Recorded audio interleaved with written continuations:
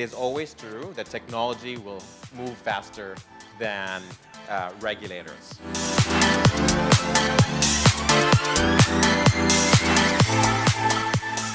Our next item on the this morning's agenda is an overview, a fintech overview presented by Michael Araneta, who is with IDC Financial Insights. So we're lucky to have him here as a speaker. Let me introduce Michael Araneta. Sawadee Kap. Very happy, excited to be speaking to you today. I was fervently taking down the key points in the earlier panel. We look at the evolution as well as the big trends that are happening in the financial services industry. That means your traditional banks, insurance, capital markets, as well as this new fintech phenomenon that we are starting to see. I will be able to say, though, that the discussion earlier just really validated my thoughts around that of fintech. There are several points that were raised, and this is true for any fintech forum of the moment, whether it is in Thailand or Singapore or any other mature market or developing market. It is always true that technology will move faster than regulators. That is the first truth about fintech, right? So in Singapore, we've also had a different type of discussions, but the point is regulators will always be a point of contention, and they will always be slower. Second point, technology will always move faster. So in today's presentation, I'll talk about how certain technologies are maturing so rapidly that these technologies might underpin a lot of the fintech innovations that we'll expect in the short term. ICOs might be the big thing of the moment, but there are other technologies that are maturing that we might really need to look at. The third point I'd like to convey is that there will always be competition, right? Whether you're a traditional bank competing with other banks or a fintech competing with a bank, the competition will always be there, and we'll always have to look for ways to compete better or to collaborate. And I think this message of collaboration will come in very strongly in the panel that I will lead later on. So let me just also do a little bit of introduction about IDC and IDC Financial Insights. We are the team at IDC that looks at the big trends in technology for financial services. We will always be, I think, on the side of your banks, right? The big banks that we speak with, mainly because they are the ones who can afford us, until, of course, the fintech companies begin to be really, really mature and they become clients of ours. So we have a panel of about 250 banks across the Asian region to really look at their IT spending behavior, what are they investing in, what are their key concerns as it relates to technology, but also their technology strategy. But fintech actually is our reason for being, and I'll be able to talk about the existential crisis that we faced about 5 years ago. 12 years ago, when we set up this unit at IDC, we were trying to find out what is the area of research that we would be undertaking. And we said that we will look at technology as it applies to financial services, right? And we said that we will cover the traditional technologies at that time of your core banking systems, your payment systems, risk management, asset liability management systems. Those are the key areas of research of my team. We still continue to do that, and we were quite good at that, right? And these are the technologies that applies to insurance, capital markets, as well as banking. And then about 5 years ago, everyone started to talk about fintech in different terms. And so my boss had a major meltdown, but really looking at how are we going to respond, because the market was defining fintech differently. We were the fintech with a capital T company, but now fintechs were starting to emerge very strongly. These are the startups. These were the fun type of companies, disintermediating our traditional clients, your traditional banks. So this is the fintech versus fintech dynamic that we actually saw. There have been several big trends and big shifts in the fintech space over the years. In 2014, the big story was that the disruptors were going to eat the big banks, right? But that obviously did not happen. And we have shifted to the realization that we need to be friends for a couple of years, from 2015 to 2017.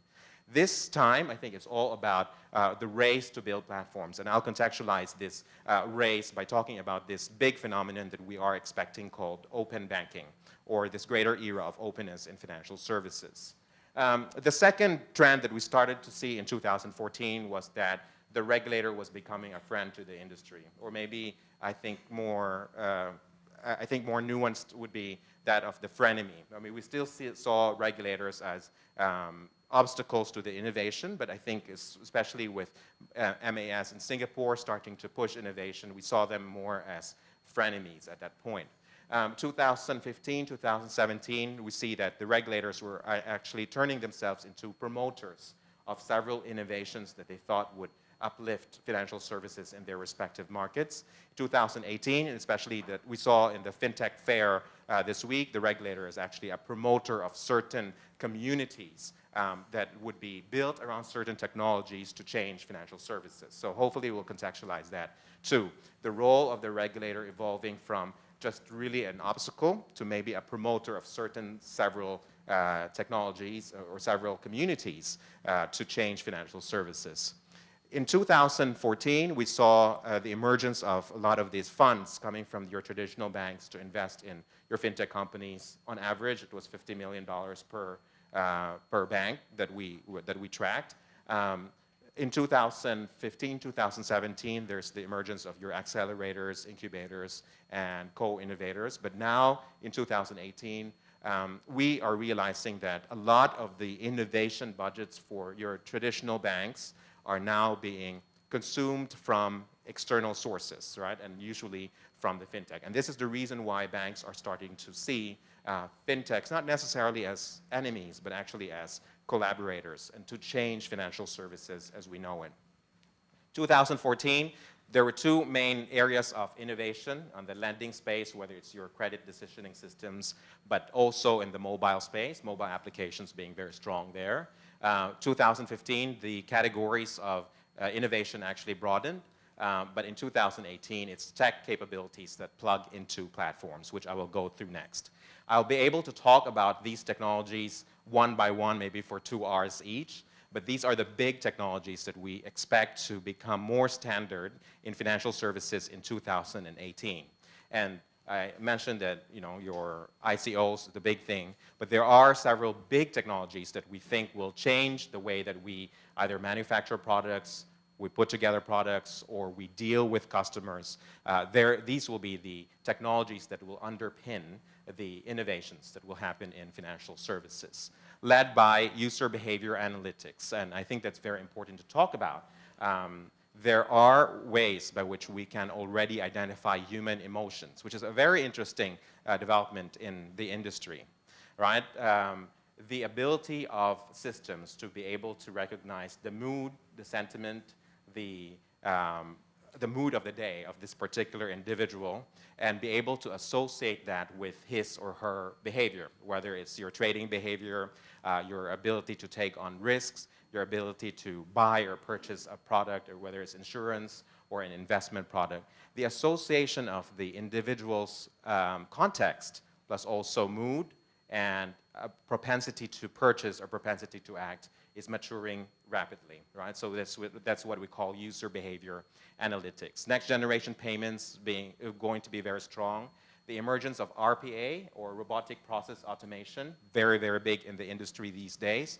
That means that these software robots, not your small nano robots that we fear, but actually the software robots that are able to get information from different fields of information, and so that they are able to compile that into one form or one document. That's maturing rapidly as well. RPA, a major area of investments from the likes of, I say, Kungsi is doing that too, but SCB, but also the big insurance companies in the market. Voice as a channel, we're also quite impressed by the maturity of voice. Not only voice to text, but actually voice to be able to recognize behavior or sentiment, but also the mood of the person. Facial recognition, robo-advisors, Internet of Things, IoT, AR, VR, cognitive, the ability to think of systems to be able to behave or think or perceive things like humans would. So these are some of the technologies that we are tracking and different markets and different institutions would have their different priorities across these technologies. But definitely, if you look at the strategies of the big banks and the big institutions in the region, they would inevitably be thinking about using these technologies to change financial services. There are now 4 principles that are evolving with regard to this notion of openness, greater openness in financial services. Open banking started with PSD2 in Europe. I think that some of us would be looking at the regulators over there, especially in London, looking at forcing the banks to share customer information to a third party. And there's a lot of implications there, obviously, around being able to classify which is personally identifiable information, but also the controller and owner of data. So we've got a lot of research on that as well. But this notion of open banking is underpinned by 4 key principles. The first principle is the unbundling and rebundling of financial services. Just Google and you are able to look at how your traditional financial services is now being unbundled, right? And being offered by or consumed by third parties. So you think of your mortgage product, the pricing for that, the location, information are actually being unbundled and rebundled as they are being provided by the institution or trusted third parties. That's happening already in the financial services industry. So this would have implications on the creation of supermarts or marketplaces of services that would be providing financial services to customers. The technology underpinning a lot of the move on open banking would that be of application programming interfaces or APIs. We are developing a lot of research on APIs. I'll talk about that. But this is the way for your traditional financial services to speak to a third party in a more secure way. There's definitions of RESTful APIs and so on. But the point here is that the ability of our institution to speak to third parties or integrate to third parties have also matured very rapidly. And then finally, customer ownership and control of data. There is new regulation out of Australia, for example, that talks about your customer data use, utilization, and access, which is built on 2 key principles. First is that the customer is ultimately the owner of the data. It's not the bank who owns the data, it's the customer who owns the data. And secondly, the customer would have a lot of control about where that data is used and where the data is being parked, right? So this is the evolution of our concepts of customer data that used to be owned or controlled by the bank, but now is increasingly understood to be finally under the control of the customer. We do not expect Thailand to move very quickly in this space. There's obviously personal data privacy issues that will still be valid here. But the point here is that the rest of the industry is starting to rethink what is the notion really of customer data. All right? So the open vision, so underpinning this would be the 4 key principles, but open banking is changing and evolving so rapidly that we are now able to see a customer segment of one and to be able to identify that this customer, whether it's an individual or an entity, is actually the same individual that we spoke to yesterday.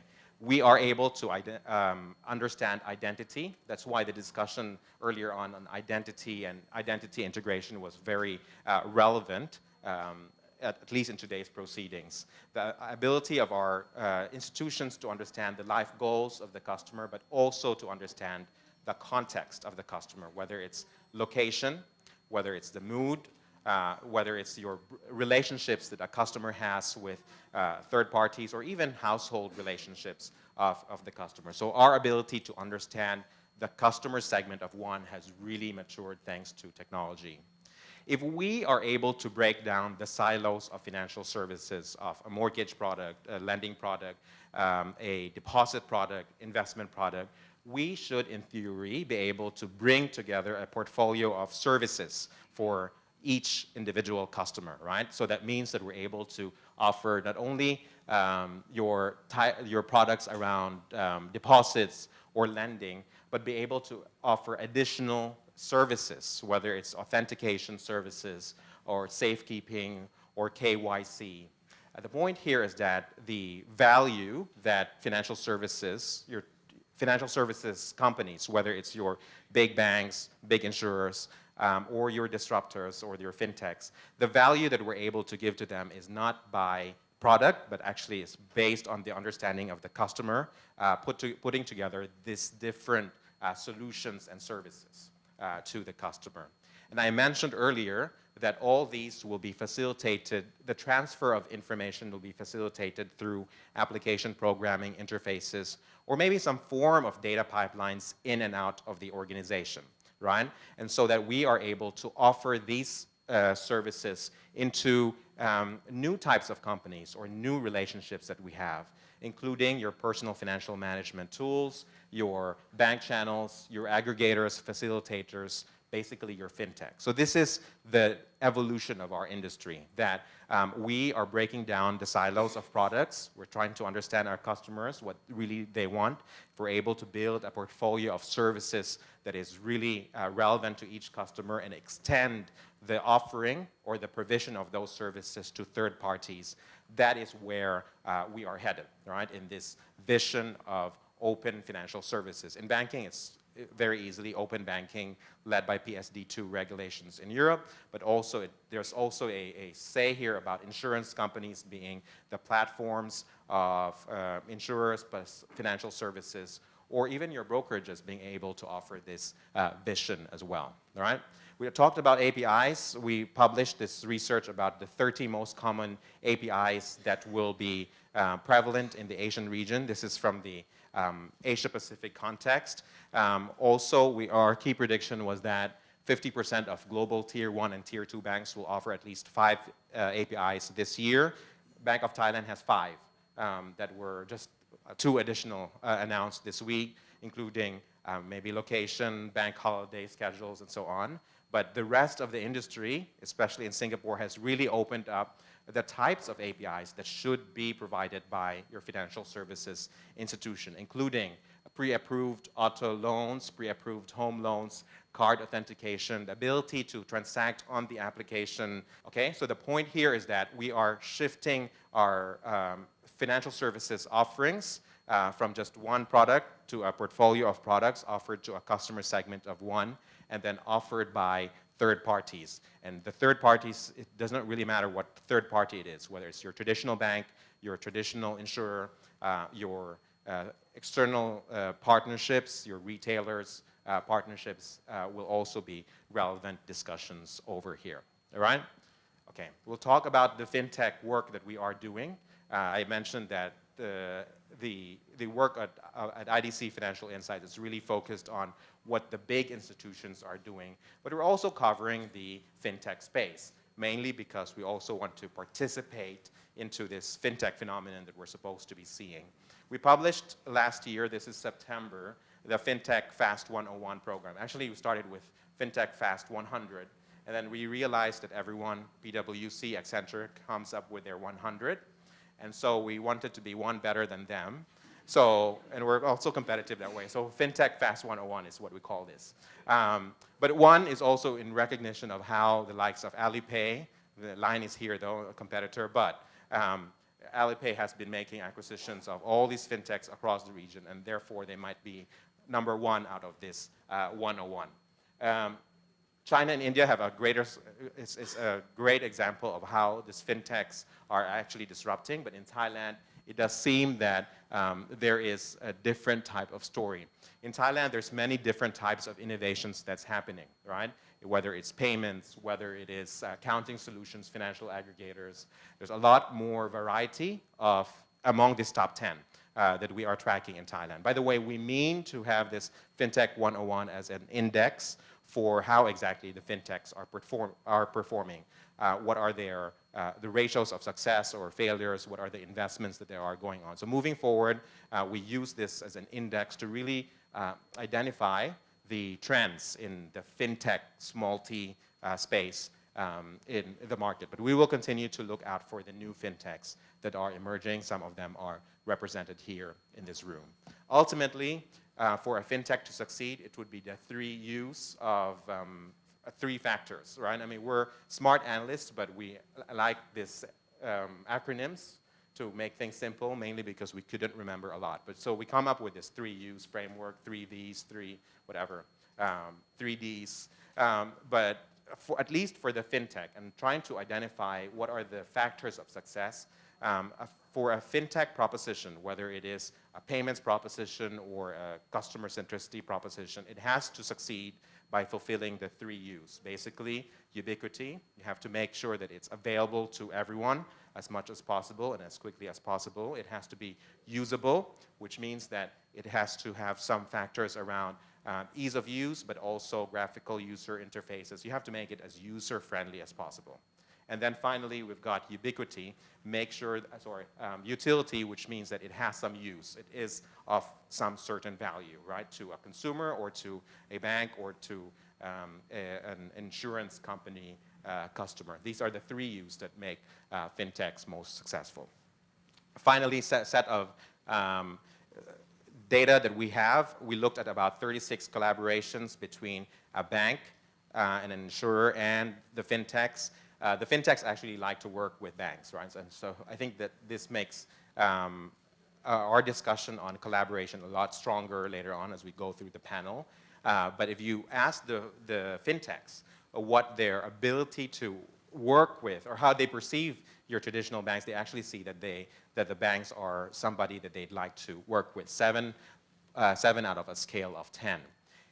In reality, it still takes a year from a proof of concept to full deployment, and we always blame regulations and compliance as the reason why we're not innovating or bringing to market things and innovations as fast as we could, right? So to manage your expectations, if you're a fintech company looking at collaborating with a bank, it still takes about a full year to really get from idea to proof of concept, 6 months, and then POC to deployment after another 6. So this is from about 37, 36 collaborations that we tracked very closely, right? In summary, this is what's happening in the fintech space for 2018. 2014 was all about disruption. We, as financial services institutions, were quite fearful of all these fintechs that were coming on board. But now we realize that 2018 is going to be a year of collaboration. We need to be friends with each other. And we also need to start thinking about platform building as we look at this great opportunity of open banking or open financial services moving forward.